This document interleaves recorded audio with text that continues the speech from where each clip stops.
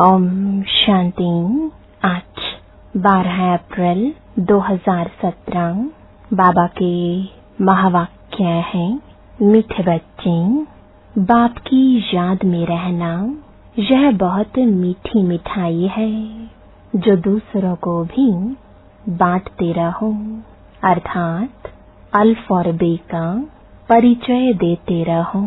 प्रश्न है, स्थायी याद में रहने की सहज विधि क्या है?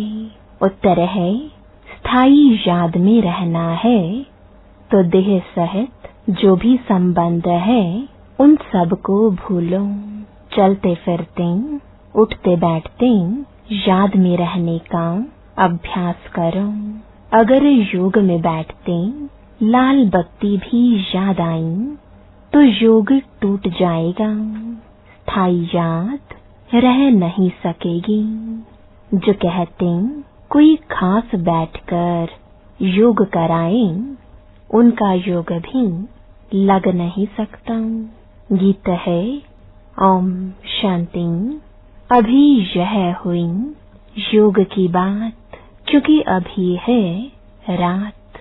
रात कहा जाता है कलयुग को, दिन कहा जाता है सतयुग को। तुम अभी कलयुग रूपी रात से सतयुगी दिन में जाते हो, इसलिए रात को भूल दिन को याद करो। नरक से बुद्धि को हटाना है। बुद्धि कहती है बरोबर यह नरक है, और किसी की बुद्धि नहीं कहती। बुद्धि है आत्मा में। आत्मा अब जान गई है कि बाबा आया है रात से दिन में ले जाने। बाप कहते हैं, हे आत्माएं, तुमको जाना है स्वर्ग में, परंतु पहले शांति धाम में जाकर फिर स्वर्ग में आना है। गोया तुम योगी हो, पहले घर के पीछे राजधानी के। अब मृत्यु लोक अर्थात रात पूरी होनी है। अब जाना है दिन में। इसको ईश्वरीय योग कहा जाता है। ईश्वर निराकार हमको योग सिखलाते हैं, अथवा हम आत्माओं की सगाई कराते हैं। यह है रूहानी योग, वह है जिस्मानी। तुम बच्चों को एक जगह बैठ योग नहीं लगाना है। वह तो मनुष्य जैसे खुद बैठते हैं वैसे सबको बैठक सिखाते हैं। यहाँ तुमको बैठक नहीं सिखाई जाती है। हाँ, सभा में कायदे से बैठना है, बाकी योग में तुम कैसे भी बैठे, चलते फिरते सोते भी लग सकता है। आर्टिस्ट योग में रहे चित्र बना सकते हैं। शिव बाबा जिनसे योग लगाते हैं उनका चित्र बनाते हैं। जानते हैं यह हमारा बाबा निराकारी दुनिया परम धाम में रहते हैं। हम भी वहाँ के रहवासी हैं। हम आत्माओं को जाना है। यह बुद्धि में चलते फिरते रहना चाहिए। ऐसे नहीं कि मुझे तपस्या में बिठाओ, योग कराओ। यह कहना भी रॉन्ग है। बुद्धू ऐसे कहेंगे। बच्चे लौकिक बाप को खास बैठकर याद करते हैं क्या? बाबा बाबा करते ही रहते हैं, कभी भूलते ही नहीं हैं। छोटे बच्चे और ही जास्ती याद करते हैं, मुख चलता ही रहता है। यहाँ पारलौकिक बाप क्यों भूल जाता है? बुद्धि योग क्यों टूट पड़ता है? मुख से बाबा बाबा कहना भी नहीं है। आत्मा जानती है बाबा को याद करना है। अगर खास बैठने की आदत है तो योग सिद्ध न हो सके। यह ईश्वरीय योग तुमको स्वयं ईश्वर सिखला रहे हैं। योगेश्वर कहते हो ना। तुमको ईश्वर ने योग सिखाया है कि मुझ बाप को याद करो। ऐसे नहीं, जब मुझे दीदी योग में बिठाती है तो मजा आता है। उनका योग कभी स्थायी नहीं रह सकेगा।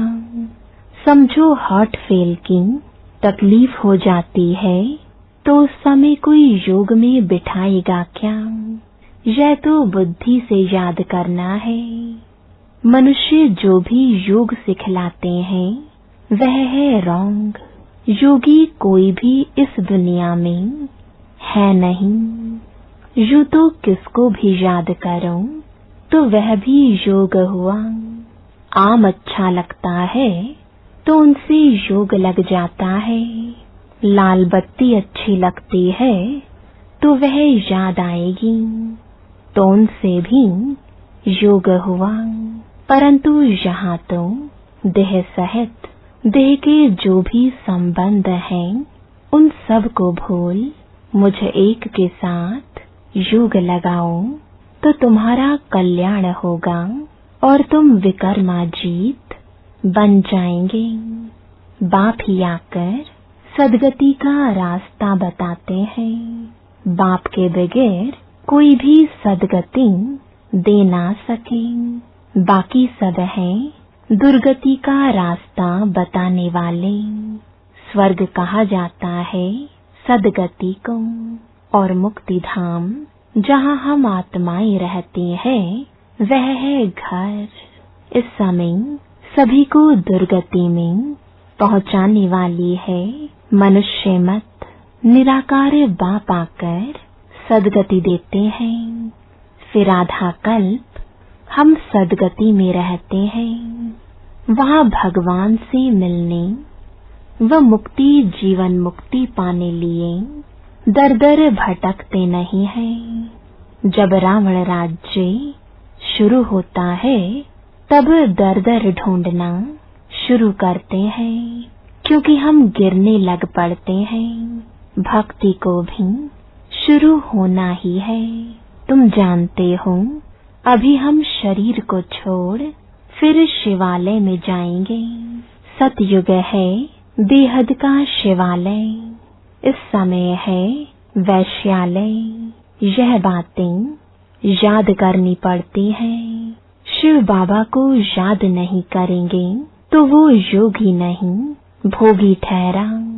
तुम किसको सुनने के लिए कहते हो तो कहते हैं हम 2 वचन सुनेंगे। अब 2 वचन तो बहुत नामी ग्रामी है। मन मना भव मध्याजी भव। मुझे याद करो और वर्षे को याद करो। इन 2 वचनों से ही जीवन मुक्ति मिलती है। बाप कहते हैं मुझे याद करो तो निरोगी बनेंगे, और इस चक्र को याद करेंगे तो धनवान बनेंगे। 2 वचन से तुम एवर हेल्दी और एवर वेल्दी बन जाते हो। अगर राइट बात है तो उस पर चलना पड़े, नहीं तो समझते हैं बुद्धू है। अल्फ और बे यह है 2 वचन। अल्फ अल्लाह, बे हुई रचना। बाबा है अल्फ, बे है बादशाही। तुम्हारे में कोई को बादशाही मिलती है और कोई प्रजा में जाते हैं। तुम बच्चों को पोता मेल रखना चाहिए कि सारे दिन में कितना समय बाप को और वर्षे को याद किया। यह श्रीमत बाप ही देते हैं। आत्माओं को बाप सिखलाते हैं। मनुष्य धन के लिए कितना माथा मारते हैं। धन तो ब्रह्मा के पास बहुत था। जब देखा कि अल्फ से बादशाही मिलती है तो धन क्या करेंगे, क्यों ना सब कुछ अल्फ के हवाले कर बादशाही लेवें। बाबा ने इस पर एक गीत भी बनाया। अल्फ को अल्लाह मिला, बे को मिली बादशाही। उसी समय बुद्धि में आया हमको तो विष्णु चतुर्भुज बनना है। हम इस धन को क्या करेंगे। बस बाबा ने बुद्धि का ताला खोल दिया। यह यानी साकार बाबा तो धन कमाने में बिजी था। जब राजाई मिलती है तो गदाई का काम क्यों करें। फिर बाबा भूखा तो नहीं मरा। बाबा के पास जो आते हैं उनकी बहुत अच्छी पालना होती है। घर में भूख मरते होंगे, यहाँ तो जो श्रीमत पर चलते हैं उनको बाबा भी बहुत अच्छी मदद करते हैं। बाबा कहते हैं सबको रास्ता बताऊं कि बेहद के बाप को याद करो और चक्र की नॉलेज को याद करो तो तुम्हारा बेड़ा पार हो जाएगा। खिवैया आया है बेड़ा पार करने, तब तो गाते हैं पतित पावन खिवैया। परंतु याद किसको करना है यह किसको भी मालूम नहीं है, क्योंकि सर्वव्यापी कह दिया है। एक ही शिव के चित्र को कहते हैं भगवान। फिर लक्ष्मी नारायण या ब्रह्मा विष्णु शंकर को भगवान क्यों कहते हैं। अगर सब ही बाप बन जाएं तो वर्षा कौन देगा। सर्वव्यापी कहने से तो न देने वाला रहा न लेने वाला रहा। लिखा हुआ है ब्रह्मा द्वारा स्थापना, ऊपर में शिव खड़ा है। शिव बाबा ब्रह्मा द्वारा देवता बनाते हैं तो ब्रह्मा भी देवता बनेंगे। यह काम एक बाप का ही है, उनकी ही महिमा है। एक ओंकार अकाल मूरत। आत्मा अकाल मूरत होती है, उनको काल नहीं खाते। तो बाप भी अकाल मूरत है। शरीर तो सबके खत्म हो जाते हैं, आत्मा को कभी काल खाता नहीं है। वहाँ अकाल मृत्यु कब होता नहीं है। समझते हैं हमको एक शरीर छोड़ दूसरा लेना है। स्वर्ग में है तो जरूर पुनर्जन्म भी स्वर्ग में ही होगा।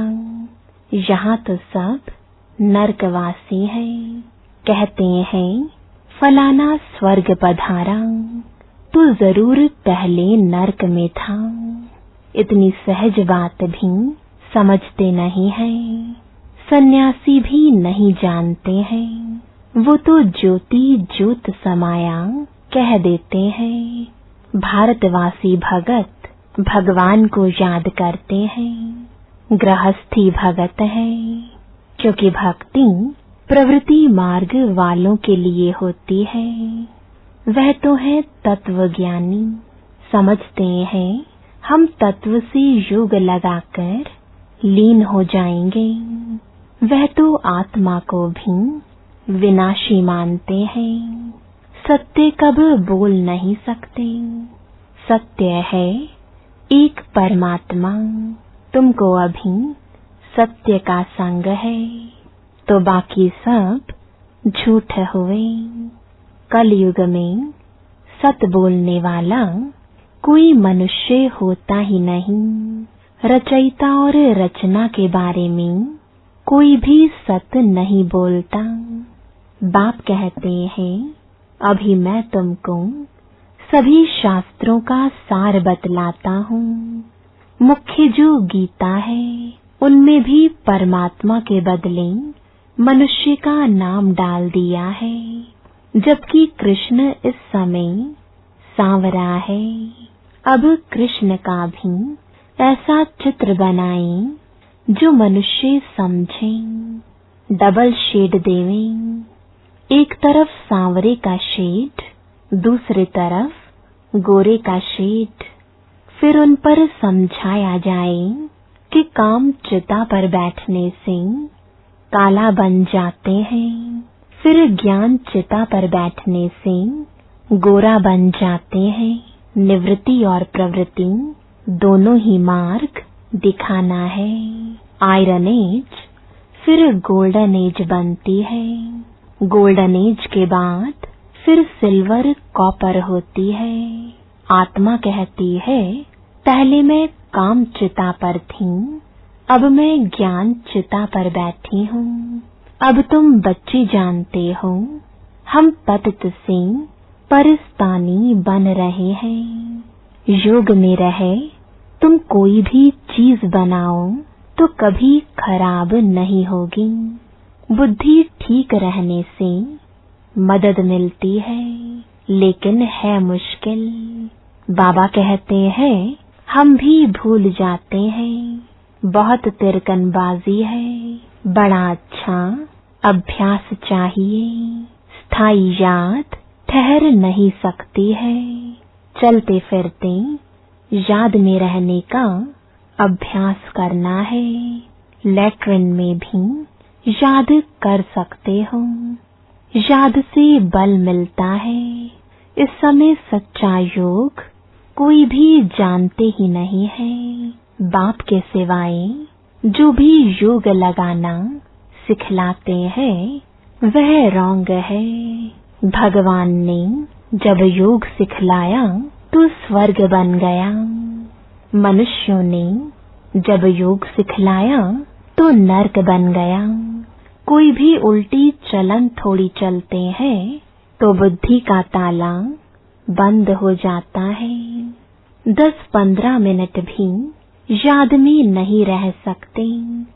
नहीं तो बूढ़ियों के लिए, बच्चों के लिए, बीमारों के लिए भी बहुत सहज है। बहुत अच्छी मिठाई है। भल गूंगा बहरा हो, वह भी इशारों से समझ सकते हैं। बाप को याद करो तो यह वर्षा मिलेगा। कोई भी आए तो बोलो, हम आपको रास्ता बताते हैं।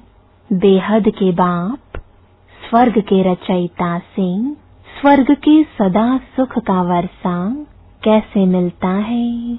यह छोटी छोटी चिटकियां पर्चे बांटते रहना चाहिए। दिल में बहुत उमंग रहना चाहिए। कोई भी धर्म वाला आए तो हम ऐसे समझाएं। बाप कहते हैं, यह देह के सब धर्म छोड़ो, मुझे याद करो तो विकर्म विनाश होंगे। तुम मेरे पास चले आएंगे। पहले पहले यह निश्चय करो, फिर दूसरी बात। तब तक आगे बढ़ना ही नहीं है। अपने को आत्मा समझ बाप को याद करो। बस यह है सबसे फर्स्ट क्लास बात। सिर्फ 2 अक्षर हैं, अल्फ और बे, बाप और वर्षा। अच्छा, मीठे मीठे सिकिलदे बच्चों प्रति माता पिता बाप दादा का याद प्यार और गुड मॉर्निंग। रूहानी बाप की रूहानी बच्चों को नमस्ते। धारणा के लिए मुख्य सार है, पहला, अपना सब कुछ अल्फ के हवाले कर बेबादशाही लेनी है। पोता मेल रखना है कि बाप और वर्षे की कितना समय याद रही।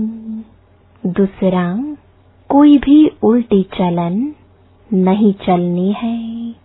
स्थायी याद में रहने का अभ्यास करना है। वरदान है, बाप के साथ का अनुभव कर मेहनत को मोहब्बत में बदलने वाले परमात्मा स्नेही भव। बाप दादा बच्चों को अपने स्नेह और सहयोग की गोदी में बिठाकर मंजिल पर ले जा रहे हैं। आप बच्चे सिर्फ परमात्मा स्नेही बन गोद में समाये रहो तो मेहनत मोहब्बत में बदल जाएगी।